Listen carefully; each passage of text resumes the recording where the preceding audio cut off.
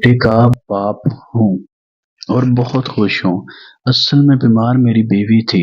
اماں جی اسے ایک پیر بابا کے پاس لے گئے اور اسی ماہ اسے حمل ٹھہر گیا۔ یہ تھا ہی روحانی مسئلہ۔ ہم ایسے ہی 5 سال علاج کے پیچھے بھاگتے رہے۔ پیر بابا نے صرف ایک تعویذ دیا اور کلثوم کی گود ہری ہو گئی۔ وارث کی بات سن کر تو میرا سر چکرا گیا۔ میں اچھی طرح جانتا تھا کہ وہ خود بیمار تھا، اس میں باپ بننے کی اہلیت ہی نہیں تھی۔ پھر یہ بچہ کیسے ہو گیا؟ میں نے وارث سے تو کچھ نہ کہا کیونکہ وہ اپنی جہالت ثابت کر چکا تھا۔ البتہ یہ ٹھان لیا کہ میں اصل بات جان کر رہوں گا۔ میں نے اس وقت وارث کو مبارکباد دے کر رواں کیا، لیکن میرے دماغ میں ایک خلش سی بن گئی۔ یہ ممکن نہیں تھا کہ وارث باپ بن سکتا تھا۔ پھر یہ بچہ کہاں سے آ گیا؟ اس وقت تو میں مصروف تھا، اسی لیے اس بات کو بلا کر مریض دیکھنے لگا، لیکن رات کو گھر بستر پر لیٹے لیٹے میرا دماغ وارث کے بیٹے کے گرد ہی گھومتا رہا۔ میری بیوی بھی کافی پریشان ہو گئی کہ آج مجھے کیا ہوا ہے۔ اس نے بار بار پوچھا خیریت تو ہے، لیکن میں نے اسے ٹال دیا۔ میں اس سے یہ بات نہیں کرنا چاہتا تھا۔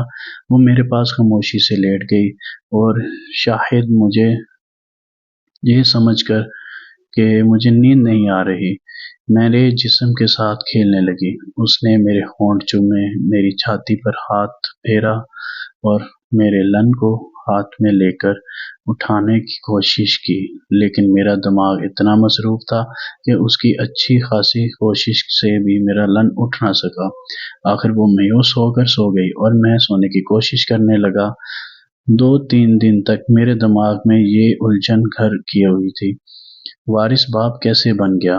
لیکن کوئی جواب نہ ملا۔ پھر میں اس کی بات کو بھی بھول گیا اور اپنی کاروباری زندگی میں مگن ہو۔ کچھ دن ہی گزرے تھے۔ آگے دیکھنے کے لیے ہمارے چینل کو لائک اور سبسکرائب کریں۔ میرے کلینک میں وارث کی بیوی اپنی ساس کے ساتھ بچے کی دعا لینے پھر آ گئی۔ اس بار وارث ساتھ نہیں تھا۔ میں نے موقع کو غنیمت جانا اور وارث کی بیوی سے جاننے کی کوشش کی کہ حقیقت کیا ہے۔ وہ اپنی ساس کی موجودگی میں گھبرا رہی تھی، کچھ بھی بتانے سے، لیکن میں نے محسوس کیا، اور کچھ کہنا چاہتی تھی لیکن ساس کی موجودگی سے گھبرا رہی تھی۔ میں نے اس کی ساس کو ایک پرچی دی اور کہا آپ یہ دوائیاں لے کر آؤ، میں ابھی دیکھ کر طریقہ سمجھاؤں گا کہ بچے کو دوائیاں کیسے دینی ہیں۔ یہ صرف ساس کو باہر بھیجنے کا بہانہ تھا تاکہ کلثوم مجھ سے کھل کر بات کر سکے۔ ساس کے جاتے ہی کلثوم نے بولنا شروع کیا۔ مختصر اس نے مجھے ساری بات بتا دی۔ میں نے محسوس کیا کہ کلثوم اپنی ساس اور شوہر سے بہت بیزیرہ ہے شاہد، اسی لیے اس نے مجھے وہ باتیں نہیں بتا دیں جو شاید وہ اپنی ماں اور یا اپنے شوہر کو بھی نہ بتاتی۔ ایک عقل مند عورت تھی، صرف ان پڑھ ہونے وہ ایک عقل مند عورت تھی، صرف ان پڑھ ہونے اور جہالت کے ماحول کی وجہ سے وہ بھی ایسی زندگی گزارنے پر مجبور تھی۔ ساس کے آنے سے پہلے کلثوم نے مجھے میرے سوال کا بڑا تفصیلی جواب دے دیا تھا۔ ساس دوائیاں لے کر آئی اور میں نے سمجھا دیا کہ دوائی کس طرح بچے کو کھلانی ہے۔ کلثوم نے جو کہانی مجھے سنائی وہ دل دہلا دینے والی تھی۔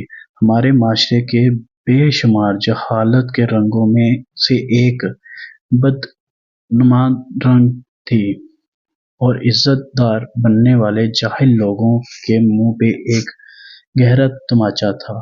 لیکن افسوس کہ جہالت میں ڈوبے لوگ اپنی نام نہاد عزت کی خاطر عورت کو ایک کھلونا بنا کر رکھ دیتے ہیں، جبکہ جیتی جاگتی مثال کلثوم تھی۔ کلثوم نے جو کہانی مجھے سنائی وہ آپ لوگوں کی خدمت میں پیش ہے۔